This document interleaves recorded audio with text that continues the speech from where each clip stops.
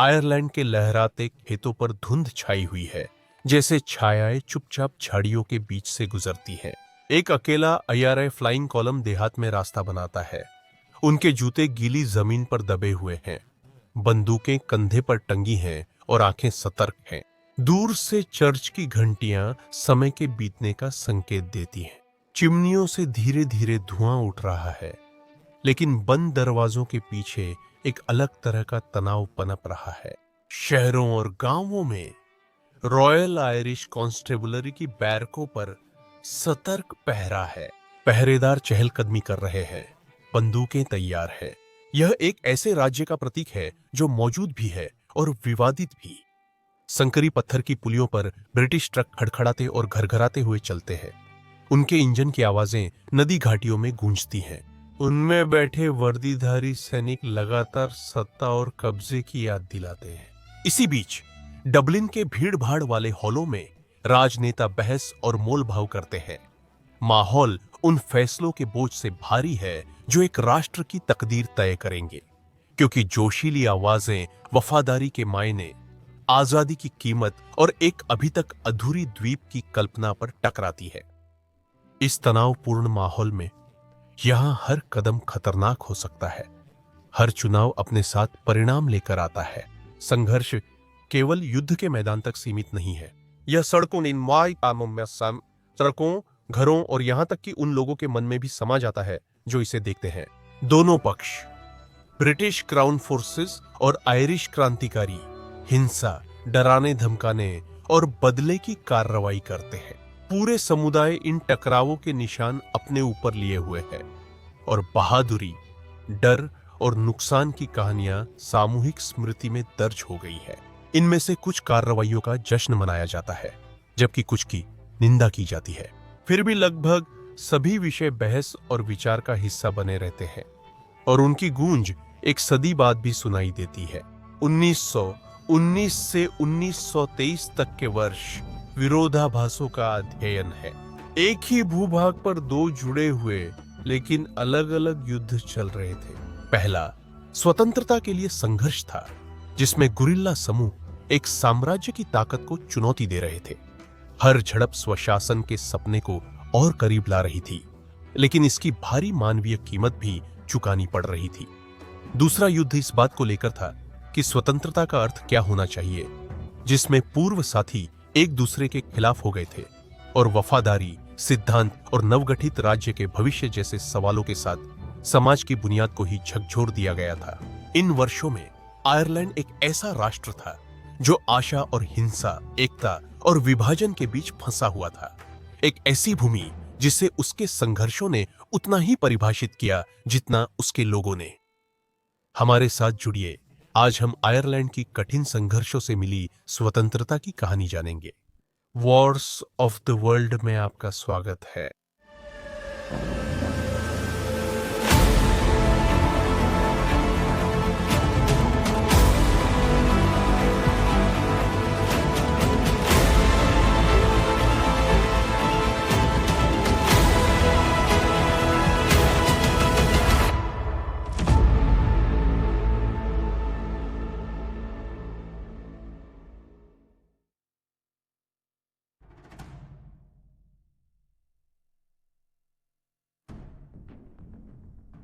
1914 से पहले आयरलैंड राजनीतिक रूप से वेस्टमिंस्टर से बंधा हुआ था और इसका शासन लंदन से संचालित होता था।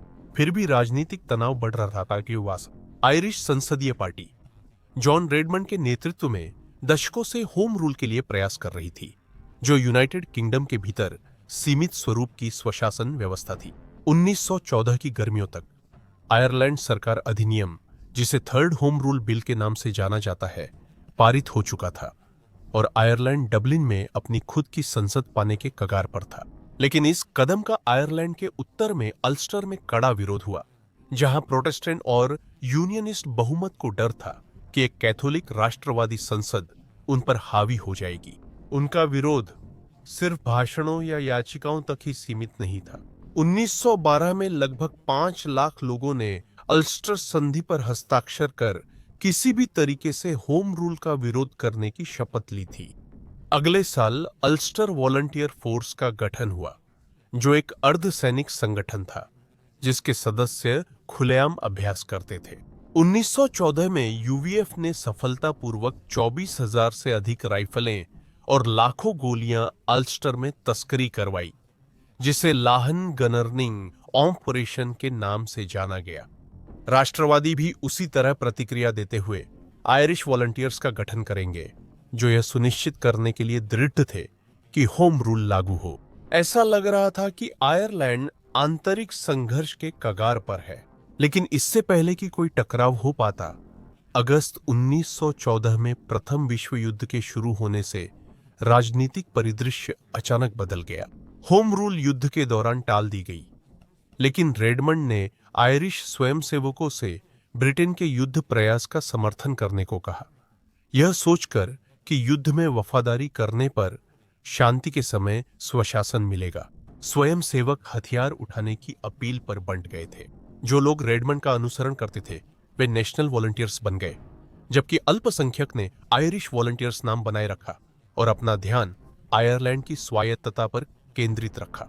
कुल मिलाकर युद्ध के दौरान 2 लाख से अधिक आयरिश पुरुषों ने ब्रिटिश सेना में सेवा की, जो राजनीतिक और सांप्रदायिक विभाजन के पार से आए थे। कई पूर्व अल्स्टर वॉलंटियर्स ने 36वीं अल्स्टर डिवीजन में शामिल हो गए, जबकि राष्ट्रवादियों ने 10वीं और 16वीं आयरिश डिवीजनों की पंक्तियों को भरा।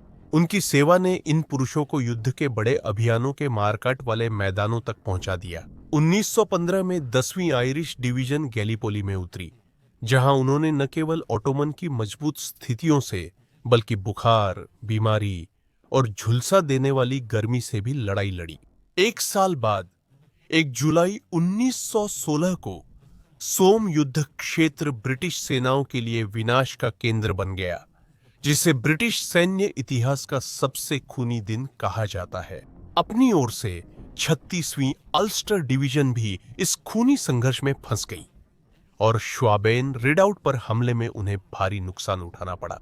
सिर्फ पहले ही दिन उन्हें लगभग 5,000 हताहतों का सामना करना पड़ा, जिसमें करीब 2,000 मौतें शामिल थीं। पश्चिमी मोर्चे पर राष्ट्रवादी और यूनियनिस्ट दोनों पृष्ठभूमि के आयरिश लोगों ने लगातार तोपों की गोलाबारी, कीचड़ और मौत का सामना किया, जिससे राजनीतिक विभाजन के दोनों ओर की समुदायों को युद्ध की चौंका देने वाली मानवीय कीमत पर शोक मनाना पड़ा। जहां एक ओर हजारों आयरिश लोग विदेशों में लड़ रहे थे, वहीं घर में युद्ध काल ने कठिनाई और अशांति ला दी थी। खाद्य और ईंधन की कमी ने कीमतों को बढ़ा दिया। मजदूरी विवाद भड़क उठे, क्योंकि महंगाई मजदूरी से तेज बढ़ रही थी। और 1916 में ईस्टर विद्रोह ने राजनीतिक माहौल को बदल दिया। ईस्टर सोमवार 1916 को सैकड़ों सशस्त्र रिपब्लिकन ने डबलिन में प्रमुख इमारतों पर कब्जा कर लिया और एक आयरिश गणराज्य की घोषणा कर दी। जनसंख्या का अधिकांश हिस्सा उन्हें उदासीनता या शत्रुता के साथ देख रहा था, क्योंकि वे इस विद्रोह को गलत समय पर और लापरवाह मानते थे, जबकि आयरिश लोग फ्रांस में मर रहे थे। ब्रिटिश बलों ने 1 हफ्ते के भीतर इस विद्रोह को दबा दिया, जिसकी कीमत भारी नागरिक हताहतों और शहर को व्यापक नुकसान के रूप में चुकानी पड़ी। फिर भी असली निर्णायक मोड़ इसके बाद आया। अगले कुछ हफ्तों में विद्रोह के नेताओं को फांसी देने से सहानुभूति और आक्रोश की लहर उठी, जिससे पैट्रिक पियर्स और जेम्स कॉनोली जैसे लोग राष्ट्रवादी आंदोलन के शहीद बन गए। युद्ध के अंतिम वर्षों में राजनीतिक कट्टरता तेजी से बढ़ गई। राजनीतिक पार्टी सिन फेन, जिसने विद्रोह में कोई सीधा भूमिका नहीं निभाई थी, को कई लोगों ने गलती से उसके आयोजन का श्रेय दे दिया। पार्टी ने रिपब्लिकन उद्देश्य को अपनाया और सीमित स्वशासन के बजाय पूर्ण स्वतंत्रता की मांग की। ब्रिटिश साम्राज्य भर में इसी तरह के आंदोलनों को ताकत मिल रही थी। भारत, मिस्र और अन्य उपनिवेशों में लौटते हुए सैनिक और राजनीतिक नेता दोनों ही आत्मनिर्णय के उस सिद्धांत का हवाला दे रहे थे, जिसे अमेरिकी राष्ट्रपति वुडरो विल्सन ने युद्ध के अंत में आगे बढ़ाया था। नवंबर 1918 में जब बंदूकें शांत हो गई थीं, तब तक आयरलैंड हमेशा के लिए बदल चुका था।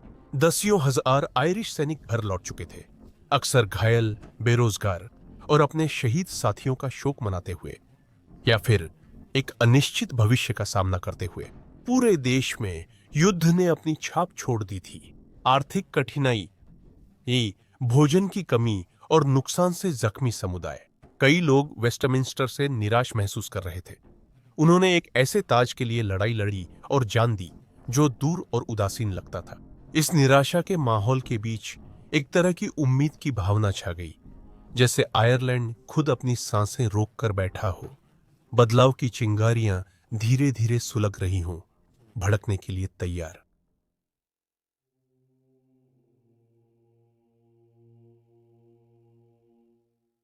उन्नीस 1918 का आम चुनाव आयरिश राजनीति में एक बड़ा बदलाव लेकर आया।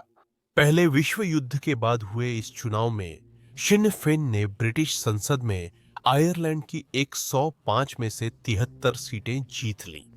यह परिणाम आयरिश संसदीय पार्टी को नकारने के साथ साथ आयरलैंड की स्वतंत्रता के लिए जनादेश भी था। सिन फेन ने दक्षिणी आयरलैंड के राष्ट्रवादी गढ़ों में बिना विरोध 25 सीटें जीतकर अपनी मजबूत पकड़ दिखाई। यह चुनावी सफलता केवल एक राजनीतिक जीत नहीं थी, यह एक स्पष्ट संकेत था कि आयरिश मतदाता ब्रिटिश शासन से अलग होना और स्वशासन की ओर बढ़ना चाहते थे। इस भारी समर्थन के जवाब में सिन फेन सांसदों ने 21 जनवरी 1919 को डबलिन में बैठक की ताकि पहला डायल एरेन स्थापित किया जा सके, जिसका अर्थ है आयरलैंड की विधानसभा।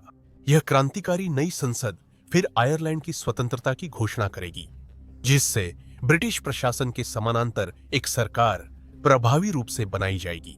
पहले डायल का लोकतांत्रिक कार्यक्रम लोकतांत्रिक सिद्धांतों और सामाजिक न्याय पर आधारित एक गणराज्य की कल्पना प्रस्तुत करता था, जिसने आयरलैंड में एक नए राजनीतिक युग की नींव रखी। आयरलैंड में इसी समय 1916 के ईस्टर विद्रोह में महत्वपूर्ण भूमिका निभाने वाले आयरिश स्वयंसेवकों ने खुद को आयरिश रिपब्लिकन आर्मी या आईआरए के रूप में पुनः स्थापित किया।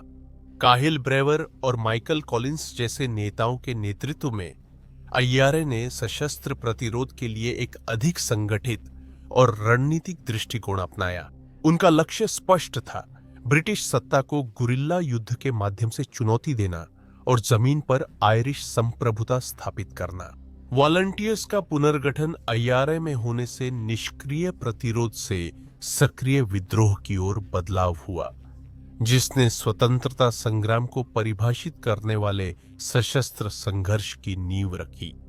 इस सशस्त्र प्रतिरोध की पहली महत्वपूर्ण घटना 21 जनवरी 1919 को हुई, उसी दिन जब पहली डायल की बैठक हुई थी। काउंटी टिपरेरी के सोलोहेडबेक में आईआरए के एक समूह ने रॉयल आयरिश कॉन्स्टेबलरी यानी आरआईसी के 2 कांस्टेबल्स जेम्स मैकडोनेल और पैट्रिक ओकोनेल पर घात लगाकर हमला किया, जो जेलिग्नाइट की एक खेप की सुरक्षा कर रहे थे। इस घात लगाकर किए गए हमले में दोनों कांस्टेबल्स की मौत हो गई और विस्फोटकों को जब्त कर लिया गया। इस घटना को आयरिश स्वतंत्रता संग्राम की आधिकारिक शुरुआत माना जाता है, जो राजनीतिक आंदोलन से सशस्त्र विद्रोह की ओर बदलाव का प्रतीक है। सोलोहेडबेक घात लगाकर हमला सिर्फ एक सामरिक कार्रवाई नहीं था, बल्कि यह इरादे का ऐलान भी था। इसने दिखाया कि आईआरए में ब्रिटिश बलों के खिलाफ सीधे कार्रवाई करने की क्षमता और इच्छा दोनों है। घात लगाकर हमले की सफलता ने पूरे आयरलैंड में राष्ट्रवादी भावना को मजबूत किया और भविष्य की आईआरए कार्रवाइयों के लिए एक मिसाल कायम की। यह घटना हिंसा और प्रतिशोध के एक चक्र की शुरुआत भी थी, जो आने वाले वर्षों में और तेज होता गया, क्योंकि दोनों पक्ष आयरलैंड के भविष्य की लड़ाई में अपनी ताकत दिखाने की कोशिश कर रहे थे। जैसे ही 1919 की शुरुआत में सशस्त्र प्रतिरोध शुरू हुआ, संघर्ष में तीव्रता और तात्कालिकता आ गई। माइकल कॉलिंस, जो आईआरए के इंटेलिजेंस डायरेक्टर के रूप में सेवा कर रहे थे, ने एक ऐसी रणनीति बनाई जो सिर्फ युद्ध से कहीं आगे थी। यह एक मनोवैज्ञानिक और सूचनात्मक युद्ध था। जैसा कि उन्होंने बाद में कहा, लक्ष्य स्पष्ट था, उद्धरण। अब समय आ गया था कि हम अपने काम के सबसे महत्वपूर्ण हिस्से पर ध्यान दें, अंग्रेज गुप्त सेवा को नष्ट करना। मेरा अंतिम लक्ष्य केवल उसे अस्तित्व से मिटाकर ही हासिल नहीं किया जा सकता था। मैं उसे एक बेहतर और आयरिश गुप्त सेवा से बदलना चाहता था। यह करने का तरीका स्पष्ट था और यह स्वाभाविक रूप से दो मुख्य हिस्सों में बंट गया था। आयरिश लोगों के लिए अपने साथियों से गद्दारी करना अस्वस्थ बनाना और अंग्रेजों के लिए उनका शोषण करना घातक बनाना। उद्धरण समाप्त। कॉलिंस ने डबलिन के 3 क्रॉस स्ट्रीट स्थित एक कार्यालय से एक गुप्त खुफिया नेटवर्क स्थापित किया जो रणनीतिक रूप से ब्रिटिश गढ़ डबलिन कैसल के पास ही स्थित था। सूचना देने वाले, कोड तोड़ने वाले और रॉयल आयरिश कॉन्स्टेबलरी तथा नागरिक प्रशासन के भीतर छिपे जासूसों ने आयरिश रिपब्लिकन आर्मी को लगातार महत्वपूर्ण खुफिया जानकारी पहुंचाई। द स्क्वाड के नाम से जाने जाने वाले ऑपरेटिव्स की एक छोटी टीम ने ब्रिटिश खुफिया एजेंटों की लक्षित हत्याएं की, जिससे क्राउन की सत्ता को भारी नुकसान पहुंचा। इसी दौरान पूरे ग्रामीण इलाकों में आयरिश रिपब्लिकन आर्मी इकाइयां मोबाइल फ्लाइंग कॉलम्स में संगठित हो गईं, जो हल्के हथियारों से लैस थीं और एकत्रित खुफिया जानकारी पर तुरंत प्रतिक्रिया देती थीं। इन कॉलम्स ने रॉयल आयरिश कॉन्स्टेबलरी गश्तों और ब्रिटिश सैन्य काफिलों पर घात लगाकर हमले करने की योजना बनाई।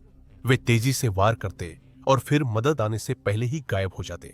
गुरिल्ला रणनीतियों ने शक्ति संतुलन को नाटकीय रूप से बदल दिया। कुशलता और स्थानीय जानकारी ने ब्रिटिश संख्या को मात दे दी। बढ़ती हिंसा से चिंतित ब्रिटिश प्रशासन ने हताशा में कठोर और जबरदस्त बल का प्रयोग किया। उन्होंने सेवानिवृत्त सैनिकों की भारी भर्ती की और ऐसे दस्ते बनाए जिन्हें उनके असंगत वर्दी, गहरे पुलिस हरे और सेना के खाकी रंग के कारण ब्लैक एंड टैंस कहा गया। उनके साथ साथ ऑक्सिलरी डिवीजन भी थी, जो पूर्व अधिकारियों की एक अधिक विशिष्ट बल थी। इन अर्धसैनिक बलों ने अपनी हिंसक प्रतिशोधी कार्रवाइयों के लिए कुख्याति प्राप्त कर ली, जैसे घरों को जलाना, व्यापारों को लूटना और कठोर कर्फ्यू लगाना। सबसे बुरे उदाहरणों में से एक सितंबर 1920 में बालब्रिगन की लूट थी, जहां 50 से अधिक इमारतें नष्ट कर दी गईं और कई नागरिकों की हत्या कर दी गई। यह सब आयरिश रिपब्लिकन आर्मी के घात के जवाब में किया गया था। इन प्रतिशोधी कार्रवाइयों का उद्देश्य उन समुदायों में डर पैदा करना था जिन्हें आयरिश रिपब्लिकन आर्मी का समर्थक माना जाता था, लेकिन अक्सर इसका उल्टा असर हुआ, जिससे नागरिकों में गुस्सा और रिपब्लिकनों के प्रति सहानुभूति बढ़ गई। गुरिल्ला युद्ध की प्रकृति के कारण नागरिक हताहत होना दुखद रूप से आम हो गया था।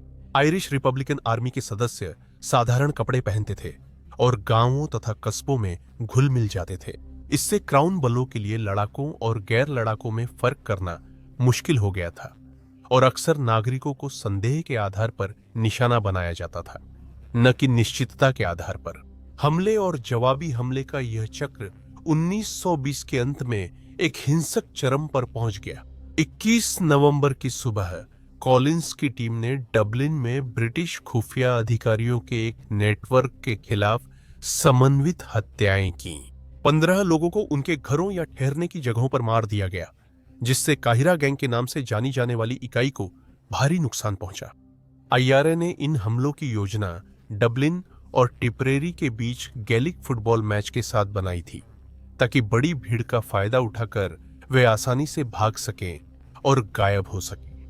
हालांकि सुबह की हत्याओं के बदले में उसी दोपहर क्राउन फोर्सेस क्रोक पार्क में घुस गई, जहां फुटबॉल मैच चल रहा था। बिना किसी चेतावनी के उन्होंने भीड़ पर गोलियां चला दी, जिसमें 14 नागरिक मारे गए और दर्जनों अन्य घायल हो गए, जिसमें एक फुटबॉल खिलाड़ी माइकल होगन भी मारे गए, जिनका नाम आज भी स्टेडियम के होगन स्टैंड में जीवित है।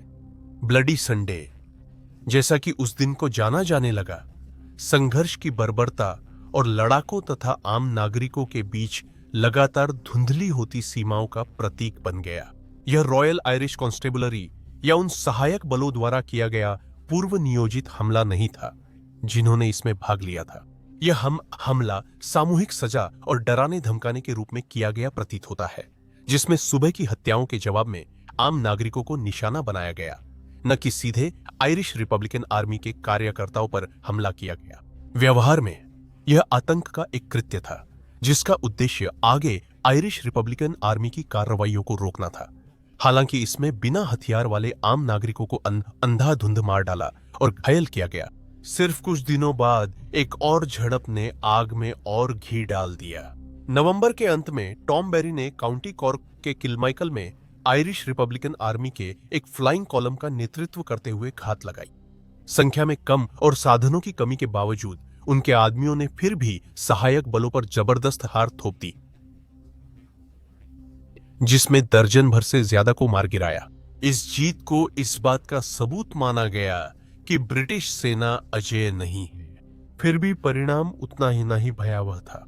आत्मसमर्पण के बाद कैदियों की हत्या और आसपास के इलाकों में ब्रिटिश सेना द्वारा तेज बदले की खबरों ने यह सुनिश्चित किया कि सैन्य सफलता के साथ साथ आम नागरिकों की पीड़ा भी बढ़ती गई।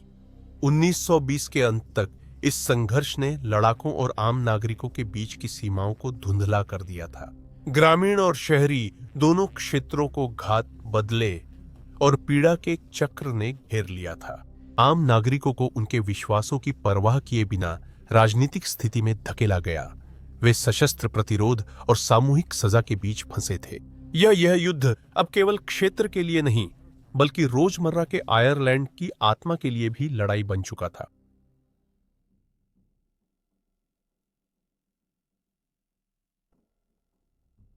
(1920) में छापामार युद्ध की तीव्रता ने दोनों पक्षों को थका हुआ और राजनीतिक रूप से तनावग्रस्त कर दिया था। 1921 के मध्य तक आयरलैंड एक युद्ध भूमि बन चुका था, जहां सहन शक्ति और वैधता के लिए उतनी ही लड़ाई थी जितनी कि क्षेत्र के लिए। एक तरह की गतिरोध की स्थिति बनी हुई थी। न तो आयरिश रिपब्लिकन आर्मी के तेज हमलों ने और न ही ब्रिटेन की क्रूर जवाबी कार्रवाइयों ने कोई निर्णायक परिणाम दिए थे।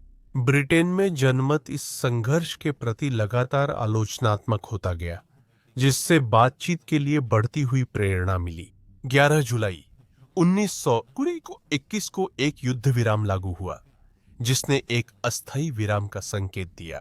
आयरिश रिपब्लिकन आर्मी स्वयंसेवकों ने अधिकांशतः अपने हथियार डाल दिए, पुरमुश मीपा का बिटा दिए और ब्रिटिश बल अपने बैरकों तक सीमित हो गए। फिर भी कई लोगों ने इसे एक नाजुक युद्ध विराम के रूप में देखा, न कि शांति के रूप में। आगामी महीनों में आयरिश और ब्रिटिश प्रतिनिधियों के बीच औपचारिक वार्ताएं शुरू हुईं। लंबी कूटनीति के बाद एंग्लो आयरिश संधि 6 दिसंबर 1921 को लंदन में हस्ताक्षरित हुई।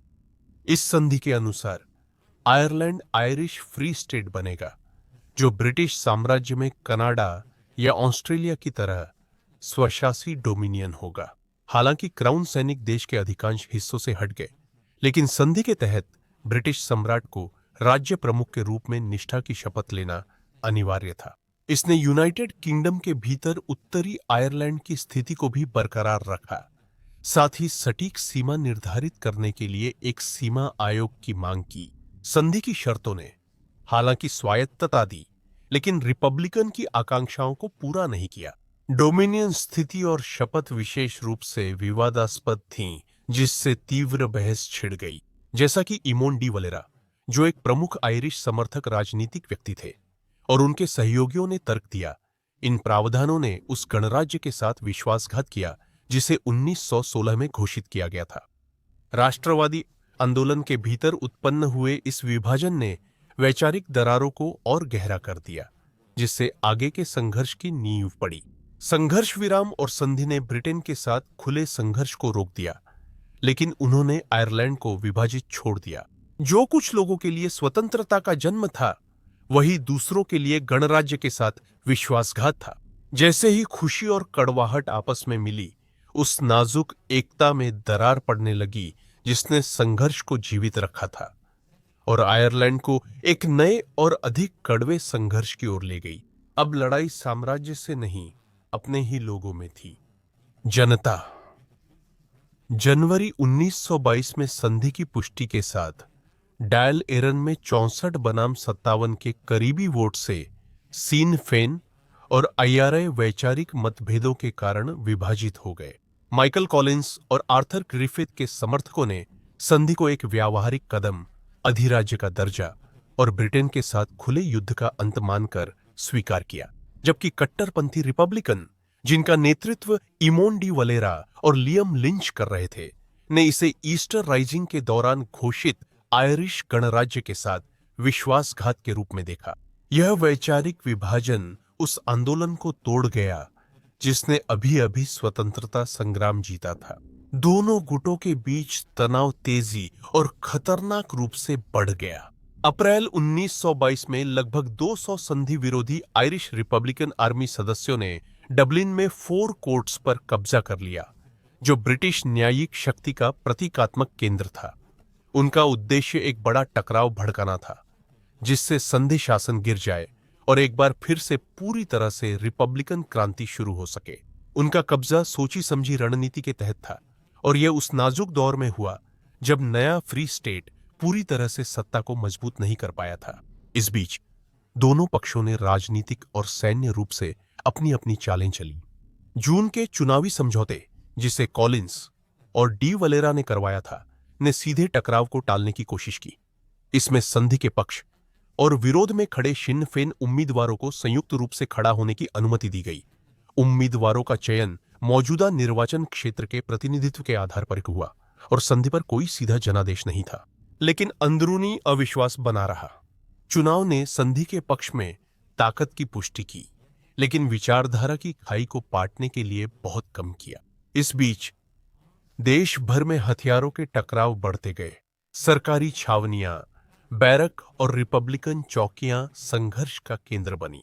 4 कोर्ट्स एक विशेष रूप से खतरनाक प्रतीक के रूप में खड़े थे, जो पूर्व साथियों के बीच आने वाले टकराव का संकेत थे। ब्रिटिश सरकार ने अस्थायी सरकार पर कार्रवाई करने का दबाव डाला, क्योंकि वह इमारत पर कब्जे को उस संधि का उल्लंघन मानती थी जो स्थिरता के लिए खतरा था। 1922 की वसंत ऋतु तक आयरलैंड एक चौराहे पर खड़ा था। एक रास्ता संधि की शर्तों के तहत फ्री स्टेट को स्थिर करने की ओर जाता था। दूसरा रास्ता एक बंटी हुई गणराज्य की ओर इशारा करता था, जो 1916 के सिद्धांतों में निहित थी। जैसे जैसे दोनों पक्ष अपनी स्थिति को न केवल शब्दों में बल्कि हथियारों और लोगों के साथ भी मजबूत कर रहे थे, देश किसी भी नाजुक शांति के टूटने और आयरिश गृहयुद्ध में उतरने के लिए तैयार हो रहा था। 28 जून 1922 की सुबह के शुरुआती घंटों में डबलिन तोपों की गड़गड़ाहट से जाग उठा। अस्थायी सरकार ने जब सभी राजनीतिक रास्ते खत्म हो गए तो 4 कोर्ट्स पर पूरी ताकत से हमला कर दिया, जिसे उस समय anti treaty Irish Republican army बलों ने कब्जे में लिया हुआ था। यह फैसला हल्के में नहीं लिया गया था।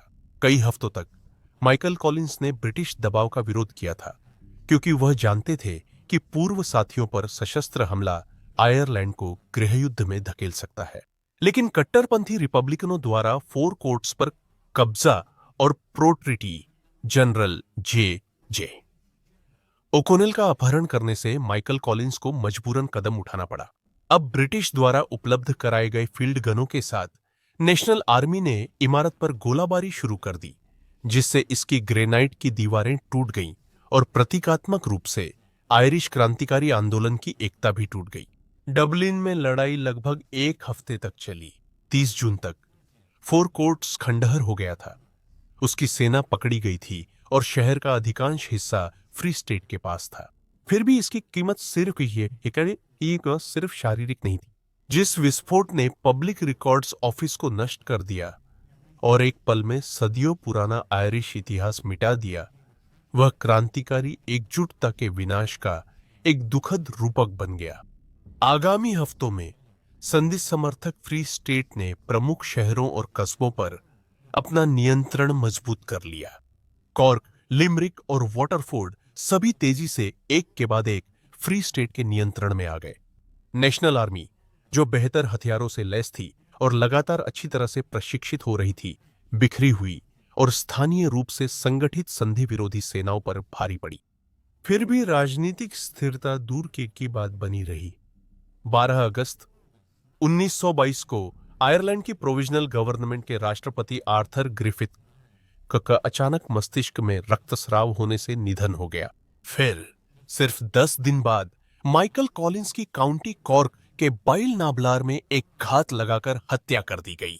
एक सामान्य दौरे के दौरान एक दूरस्थ घाटी में उनकी मृत्यु ने मृत्यु ने पूरे देश को स्तब्ध कर दिया। अपने दो प्रमुख नेताओं के चले जाने के बाद फ्री स्टेट ने तेजी से सैन्य अधिकार की ओर रुख किया। इसके बाद युद्ध ग्रामीण गुरिल्ला संघर्ष में बदल गया, जो स्वतंत्रता संग्राम की रणनीति की याद दिलाता था, लेकिन इसमें जन समर्थन की वैधता नहीं थी। एंटी ट्रीटी इकाइयों ने घात लगाकर हमले किए, हत्याएं की और तोड़फोड़ की घटनाएं अंजाम दी। रेलवे लाइनों को उखाड़ दिया गया, पुलों को नष्ट कर दिया गया और फ्री स्टेट अधिकारियों को निशाना बनाया गया। इसके जवाब में सरकार ने बिना मुकदमे के फांसी की अनुमति दे दी। इनमें सबसे पहले अर्स्किन चाइल्डर्स शामिल थे, जो एक पूर्व ब्रिटिश राजनयिक से रिपब्लिकन प्रचारक बन गए थे, जिन्हें नवंबर 1922 में एक सैन्य अदालत द्वारा एक छोटी पिस्तौल रखने का दोषी पाए जाने के बाद गोली मार दी गई थी। विडंबना यह थी कि यह पिस्तौल खुद माइकल कॉलिंस का तोहफा थी। दिसंबर में 4 प्रमुख Republican Rory O'Connor, Liam Mellows, Richard Barrett और जो मैककेल्वी को माउंट जॉय जेल में उस समय फांसी दी गई जब संधि समर्थक टीडी सीन हेल्स की हत्या के बदले में यह कार्रवाई की गई थी। यह युद्ध का एक नया और भयावह चरण था, जहां न्याय की जगह बदले ने ले ली थी और सैन्य तथा राजनीतिक नेतृत्व के बीच की रेखा धुंधली हो गई थी। जैसा कि इतिहासकार टॉम गार्विन ने कहा, उद्धरण, आयरिश गृहयुद्ध केवल एक सैन्य संघर्ष नहीं था, यह राजनीतिक सफाई का एक अभ्यास था। उद्धरण समाप्त। ग्रामीण आयरलैंड में हिंसा ने एक विशेष रूप से क्रूर रूप ले लिया था। कैरी में नेशनल आर्मी की इकाइयों ने पकड़े गए एंटी ट्रीटी लड़ाकों के खिलाफ क्रूर प्रतिशोध किए। मार्च 1923 में बोली सेदी में 9 कैदियों को एक खदान से बांधकर उड़ा दिया गया, जो स्थानीय घात के बदले में किया गया था। सिर्फ एक आदमी, स्टीफन फुलर, ही बच पाया था। बाद में फुलर ने गवाही दी, उद्धरण, उन्हें मार दिया गया था, सीधी और साफ बात है। उद्धरण समाप्त। और जब उनसे पूछा गया कि वे गृहयुद्ध के बारे में क्या सोचते हैं, तो उन्होंने कहा, उद्धरण, यही इसका सबसे मुश्किल हिस्सा है। आयरिश लोग एक दूसरे के खिलाफ लड़ रहे हैं, यहां तक कि भाई भी भाई के खिलाफ हैं। उद्धरण समाप्त। गृह युद्ध की चिंगारियां आखिरकार 1923 की वसंत ऋतु में ठंडी पड़ गई, जब anti treaty Irish Republican army नेतृत्व ने यह स्वीकार करना शुरू कर दिया कि आगे का विरोध व्यर्थ है। टर्निंग पॉइंट तब आया जब लियम लिंच, जो आयरिश रिपब्लिकन आर्मी के चीफ ऑफ स्टाफ थे, 10 अप्रैल 1923 को काउंटी टिपरेरी के नॉकमिल डाउन पहाड़ों में एक झड़प के दौरान मारे गए। उनकी मृत्यु ने एंटी ट्रीटी बलों का मनोबल तोड़ दिया, जो अंत की शुरुआत का संकेत था। 10 दिन बाद फ्रैंक आइकेन ने कमान संभाली। 30 अप्रैल को काउंटी टिपरेरी में आयरिश रिपब्लिकन आर्मी कार्यकारिणी की एक महत्वपूर्ण बैठक में उन्होंने आक्रामक अभियानों को समाप्त करने की घोषणा की और इसके बजाय युद्ध विराम का आह्वान किया। हालांकि बिखरे हुए क्षेत्रों में लड़ाई जारी रही, लेकिन औपचारिक रूप से शत्रुता को रोकने की प्रक्रिया शुरू हो गई थी। 1 महीने से भी कम समय बाद 24 मई 1923 को एकेन ने डंप आर्म्स ऑर्डर जारी किया, जिसमें आयरिश रिपब्लिकन आर्मी स्वयं सेवकों से अपने हथियार डालने और घर लौटने का आग्रह किया गया। यह गृहयुद्ध का व्यावहारिक अंत दर्शाता है, जो जीत के साथ नहीं बल्कि अनिच्छुक शांति के साथ हुआ। इसके बाद छाई खामोशी बेचैन करने वाली थी। फ्री स्टेट शारीरिक रूप से विजयी और राजनीतिक रूप से प्रभावशाली बनकर उभरा। अब पूरे देश में उसकी सत्ता को कोई चुनौती नहीं थी। फिर भी संघर्ष के घाव बहुत गहरे थे। लगभग 10 महीनों के छापामार अभियान ने समुदायों में गहरे घाव छोड़ दिए थे। परिवारों में विभाजन, आम लोगों की पीड़ा और त्वरित फांसी की त्रासदी, ये सब टूटी हुई विश्वास की विरासत के साथ जुड़े हुए थे। हालांकि व्यवस्था वापस आ गई थी, लेकिन मेल मिलाप अब भी दूर की बात थी। नए राज्य ने अपने अस्तित्व को आगे बढ़ाया, जिसकी नींव में भाई भाई के बीच हत्या की छाप गहराई से छपी हुई थी। जीत की भावना में शोक का बोझ भी शामिल था, और जो खामोशी छाई थी वह शांति के रूप में नहीं, बल्कि राष्ट्र निर्माण शुरू होने से पहले का एक क्षणिक और नाजुक विराम थी।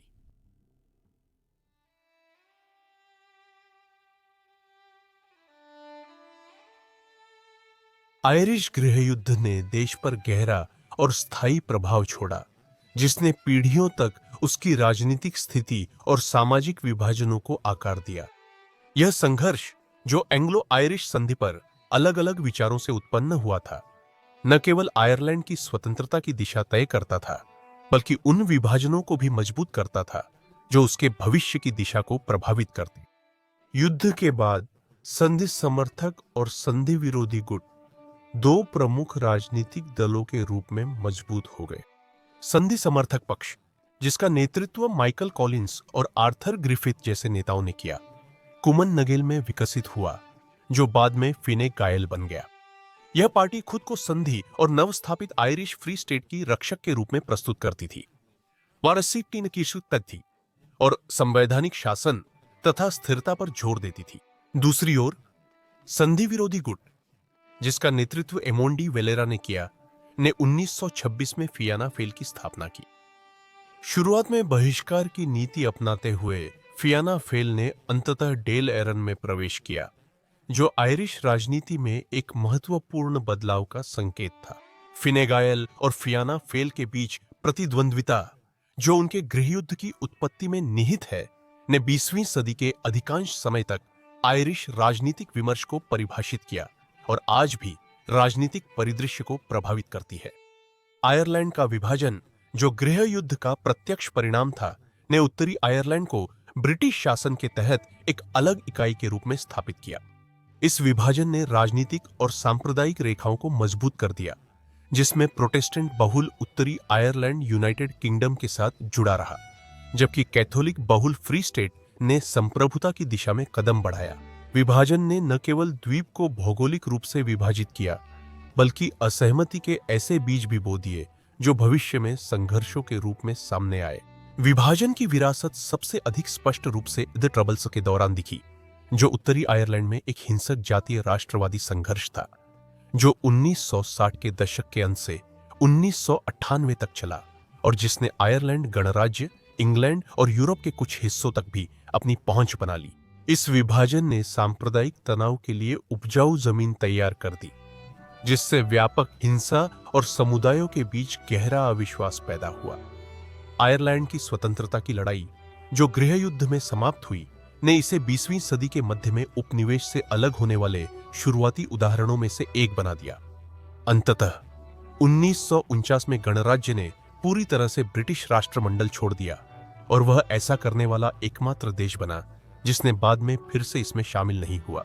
देश की यात्रा, जो एक ब्रिटिश उपनिवेश से स्वतंत्र गणराज्य बनने तक रही, वैश्विक स्तर पर हो रहे व्यापक उपनिवेशवाद विरोधी आंदोलनों का प्रतिबिंब थी। हालांकि आयरलैंड का रास्ता आंतरिक संघर्षों से विशेष रूप से चिह्नित था, जो वैचारिक विभाजनों के बीच स्वतंत्रता प्राप्त करने की जटिलताओं को उजागर करता है। आयरिश गृहयुद्ध देश के इतिहास में एक महत्वपूर्ण अध्याय था, जिसने उसकी राजनीतिक संस्थाओं, सामाजिक संरचनाओं और अंतर्राष्ट्रीय संबंधों को आकार दिया। जहां इसने एक स्वतंत्र आयरिश फ्री स्टेट की स्थापना की, वहीं इसकी कीमत बहुत भारी थी। गृहयुद्ध और आयरलैंड के विभाजन से उत्पन्न विभाजन और संघर्षों ने ऐसी स्थायी विरासतें छोड़ी, जिन्होंने 20वीं सदी और उसके बाद तक आयरिश इतिहास की दिशा को प्रभावित किया। इस अशांत काल की गूंज आज भी सुनाई देती है, जो हमें राष्ट्रीय पहचान, एकता और स्वतंत्रता की खोज में निहित जटिलताओं और चुनौतियों की याद दिलाती है।